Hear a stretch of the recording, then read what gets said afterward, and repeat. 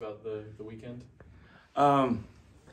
Winning a Division I game, any Division I game, home, neutral site, is tough. And I've said that from day one, how competitive it is. Winning on the road, of course, is very difficult for a lot of reasons. And of course, to win two is, I thought in my mind, not that I didn't have a goal to win both games, but I said to stay in this race, I said we got to win one out of two.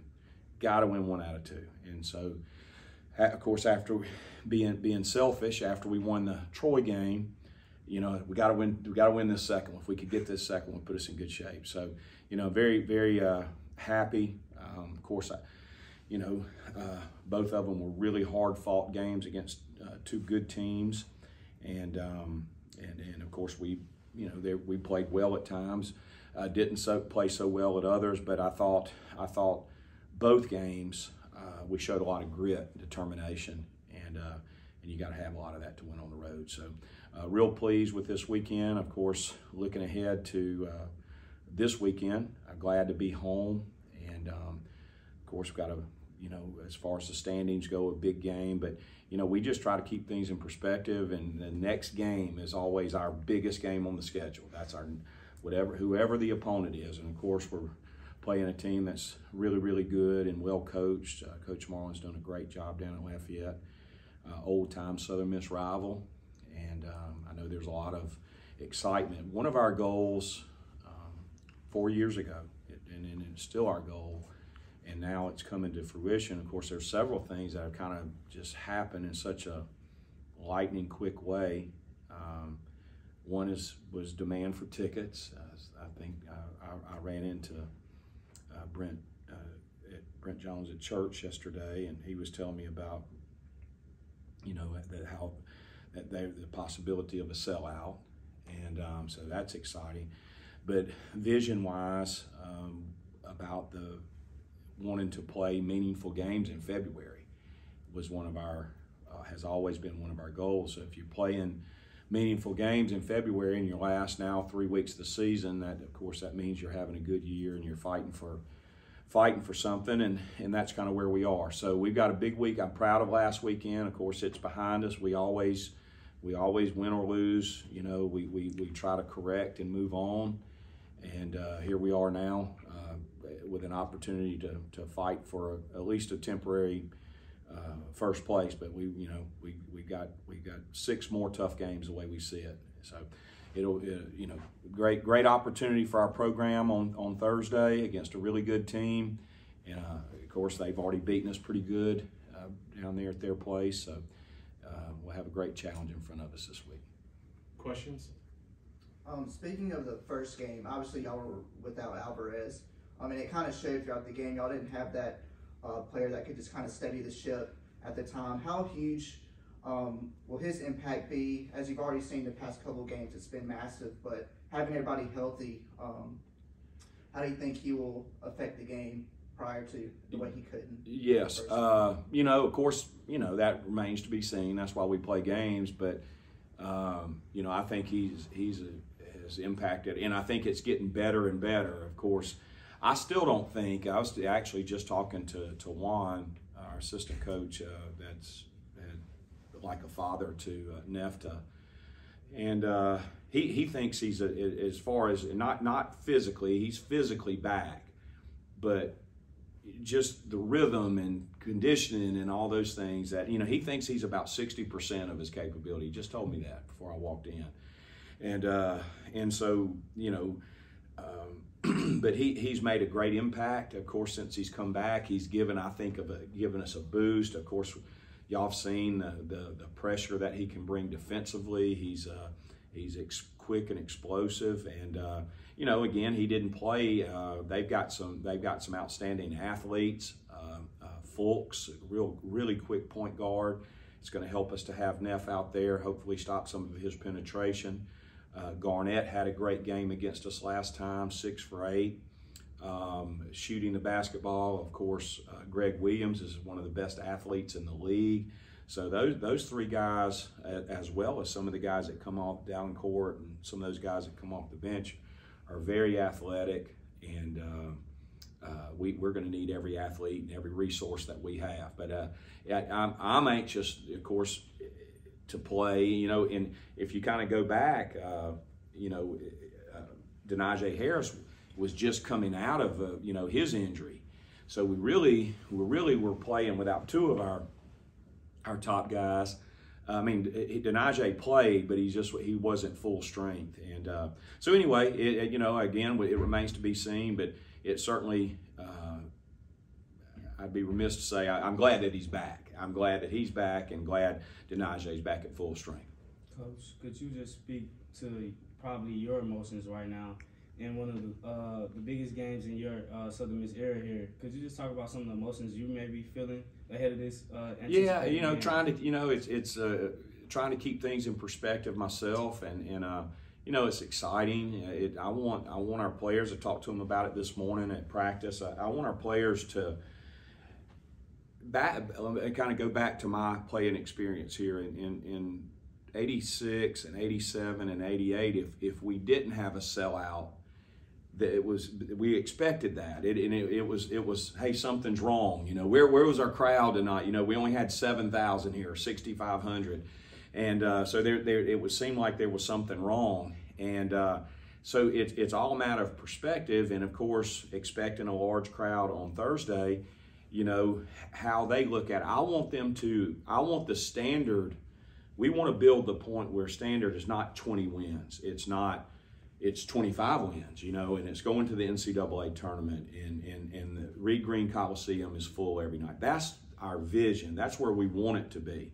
And of course, you have to have steps to get it back there. And this is, of course, a great opportunity for us. But it's rewarding to me to see, and again, how I mentioned earlier in this press conference, how fast it came. I mean, I keep referring back. We had a season ticket and Hardwood Club event at Brewski's before the season started, and there were 26 fans there. 26. We also had our cheerleaders. We had the Southern Misses, and we had 26. Some of those were probably parents of them, girls, boyfriends, or whatever, And so, and Felipe Haase mentioned that at that time. He said, he counted them. He said, Coach, there were 26. And I said, well, we're going to have another one. Of course, I was speaking boastfully at that time. I'm trying to encourage them. I said, well, we're going to have another one at the end of the year. We're going to see how many people come then, because there's going to be a lot more. And we want to build it. But if you guys play right, we're going to go from 100 to 200 to 400, and sure enough, and it's happened so fast. But that's kind of typical of Southern Miss. I mean, I grew up in Hattiesburg. I'm a Southern Miss fan. We can talk Southern Miss football or baseball or basketball for days and days. That's my passion. And but that's how Southern Miss fans are, You let baseball get off to a slow start, and you'll see, that's just the way it is. It's not unfortunate, but it's the way it is. But Southern Miss fans will support you if you're winning, and they have come out in droves, and it's been exciting. And in the way that we play, that's based on pressure and pressing and pushing the basketball, that relies on energy. They're impacting the game. Our fans are impacting winning, and I'm thankful and grateful. Our players are thankful and grateful. So please keep coming. I'm glad that they like what they see. There's a lot of excitement. I grew up in a time here where there was a big deal when we first got going in football. Coach Collins was the coach, and Reggie Collier was the quarterback, and Sammy Weiner, and all these greats. It was a thing called Eagle Fever, and that's why one of the first things I did in our hallway is put that big Eagle Fever logo out there. And what Eagle Fever was the whole town in South Mississippi was just on fire with emotion and excitement, and everything was just about USM and of course mainly our football team at that time. Of course, it ended up spreading to other things, and there's a lot of Eagle Fever coming back right now, and it's exciting. Everybody's excited, and it's great for our program, but I think it's also great for the university, and a lot of good things going on right now at our university. Coach, could you touch on the personnel you went with in the second half of the Georgia State game, and you had Neff do your 2 points out there? Yeah, earlier in the year, of course, if y'all rewind back to the Vanderbilt game, which seems 2 seasons ago now, Glenn. Gosh, that seems like long. Basketball's a long season, and but you go back to early November when we played at Vandy. That was our starting lineup, and we started up there. We started Felipe, DeAndre at the 4 and 5. We started Mo and Neff and Austin. That was our starting lineup. And not that anybody was playing poorly at the half, but of course we were down 4, and we felt like we just needed to bring more pressure in the press. And of course Nefta does it as well as anybody in our league, and Mo does. So we just felt like that.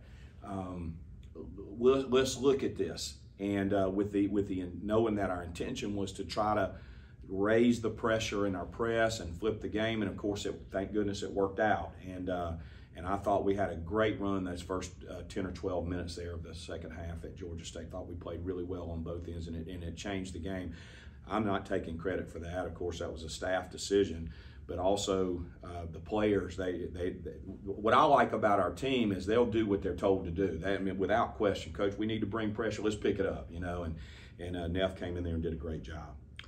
Coach, does it help when you play a game of this magnitude that you've kind of already seen them play before? You've already kind of have film on them playing against you. Does that help going into a game like this? Yeah, absolutely. You play someone the first time, and it works for them too. Yeah, exactly. It works both ways.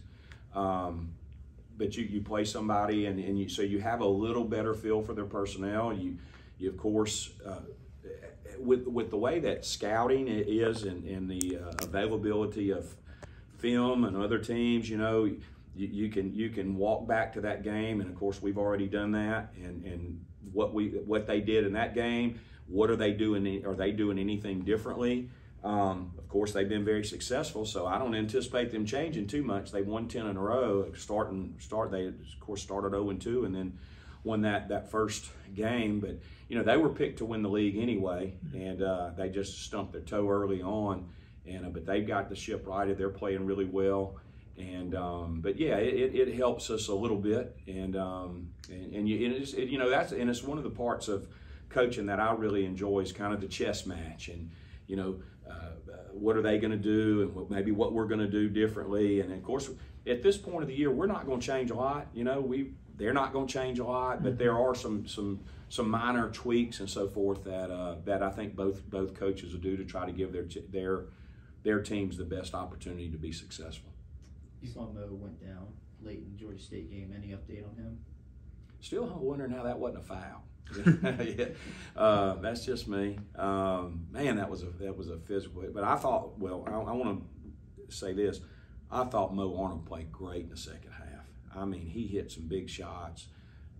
Shooting that's not necessarily his game. When I say shooting, shooting the ball for perimeter, hit some big outside shots, played with incredible confidence and determination, and he's tough as leather. He's got some of that Pearl River County toughness about him. And anyway, I was just so impressed and thrilled. But of course, the play you're talking about, and he finished the play. And but it took some hard contact. Came down. The good thing about it, it's not broken, and it's not a pulled muscle or anything like that. It's a bruise, and he's going to be a little sore. He worked out this morning. He'll be fine by Thursday. Maybe still a little bit sore, but he'll be good to go. Where's the bruise? On his hip. Okay. And his hip landed, with that hard, I can't say foul, hard contact that he took. He landed directly on his hip and immediately was done for the game. Of course, when our trainer got out there to see him, they took him immediately to the back and to where they could lay him down on the table and sent word quickly back. So, Coach, he's done for the game. And but he had I thought he had played so good. He had a big he and Neff I thought had a big, and Felipe. Of course, Felipe had a great game, had a big part of us winning. You want to touch on the lift that Perez gave you guys in the second Unbelievable. A couple of games, Marcelo hasn't played, excuse me, a lot here recently. But I think it's a testament to the depth of our team, but also the attitude, the team attitude, and we use kind of a supermarket mentality, and what I mean by that is, you know, so we got 15 active players, and we say, you know, one of you guys is eggs, and the other one's bacon, and the other one's mayonnaise, and the other one's bread, and, you know, and when you go to the supermarket, you know, this week you may not need everything, you know, you may just need eggs and bacon, and next week you may need some bread. And that's kind of how it is, because it's hard to play. I feel very confident in playing every one of our players, about putting them in the meat of the game if we had to. But it's very difficult to play 15 players. And of course, we've got some really, really good depth at the positions he plays. And I mean, you have Denaje Harris, who's really, I think, exceeded expectations this year. Of course, Donovan Ivory, Austin Crowley. I mean, you know, we can go on, and he's a really, really good player, as y'all know. And his just minutes have been hard to come by.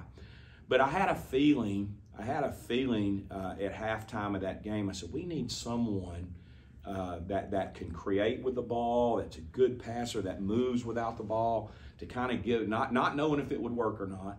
And I thought he delivered big time. But again, it's a testament to him, because he stayed engaged, he continued to work hard at practice. And but I thought another example, and that's happened, Glenn, throughout the year. I mean, you can go back, Nico Aguirre and all the, you know, that guys that at times use sparingly, Jeff Armstrong, they come in and deliver, and but haven't gotten in their feelings or pouted like a lot of kids would do these days, you know, when they're not getting there, so to speak. And that's again a testament to the family, I think, culture that we have, and I give our players credit for that, because they're happy when other players are out there doing well, as long as they're successful. Every player at this level wants to play, and they think they should play. None of them, not one of them, plays as much as they think they should play, and not one of them gets to shoot as many balls as they think they should shoot. None of them, period. And but the ones that play less, they have maintained an incredible attitude. And again, we needed him, and he delivered. And so that was exciting to see. And again, I think as we move here toward the end of the year, where depth becomes more and more important, you know, it's a great thing for us. And I expect Marcelo to play a really important role for us down the stretch. You know, you talked about just taking a game-by-game basis, but obviously kind of with the excitement and energy around this particular game, how do you kind of keep like the nerves or just like the mental aspect of the game in check? Charlie, that's a good question. You know, again, we just try to keep, we've always had from day one here a just next game approach, and we don't get too low off of losses, and we try to correct and move forward. Same thing with wins, and we try to stay humble when we win. You know, one of the hardest things to do in coaching is to deal with complacency, overconfidence. I still have a hard time dealing with that, and the psychological part of that, it's a natural human reaction to become more complacent. And one of the things that we've really tried to focus on is if you will stay focused on your long-term goals and your big goals, and like for instance, when we got the 20-win plateau, you know, our first thing was, guys, are we satisfied with 20 wins? Or now do we reset? Because that was, of course, one of our goals. Let's reset for 25. We've got 6 regular season games left, you know, now. And now, of course, we're at 21 now. And, you know, we get an opportunity to win 25 games. That's another plateau. And so, but, you know, the excitement around the community, of course, social media is so much different than it was when I was playing. And everybody's, you know, telling them how good they are and so forth. And it's a concern, you know. But we try to make sure that we stay humble every day. We talk to them about humility. We talk to them. All of our players have had a different route here. The returning players, you know, I don't want to use the term suffering, but we've had some. We weren't very successful the last couple of years. Use that in terms of a positive motivation. The guys that have transferred here all had some type of challenge or pain or something that they may have gone through, and hey, don't forget about that every day, and stay humble, and try to keep focused on our team goals, and that's the best we can do. Now, whether that's going to work or not, Charlie, I don't know, but that's how we're handling it. Heath, do you have any questions for Coach? Yes, not. Women got a pretty big game on Thursday as well. Can you kind of talk about the importance? Yeah, of that first of all, I love Coach McNellis, and I grew up watching her play here. I was just a little boy. I grew up watching her. Of course, both of us have Charlie Hancock County roots, and of course, my family had moved to Hattiesburg, but I used to go watch her when she played at Hancock North Central, and they had an incredible, during that time, men's and or boys and girls programs down there. And she was the first girl that I saw play like a boy.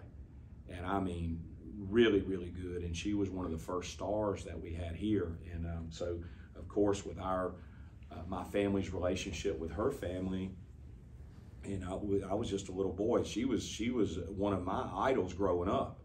And so, you know, to have an opportunity to coach where she's coaching after someone that I've looked up to for so long, but they're having a great year, you know, and I know that coach has had a couple of tough injuries here, and of course they had a great win on Saturday, so I think it's pretty neat. We don't get to do this very often, where we have at Division I you have double headers, but I think that just adds to it, and I hope it'll be good for them. I hopefully some of the men's crowd that's going to be coming because of what's at stake in the men's game will look at this as an opportunity to come earlier and catch both games, you know, and I think that'd be a neat deal. Again, if we all, as an employee and someone that's a proud Southern Miss person, if we're always looking at not what's just best for Jay Ladner and men's basketball, but we see what's best for the entire program, you know, I'm pulling for them. And again, I hope our crowd that just happens to come to the men's games,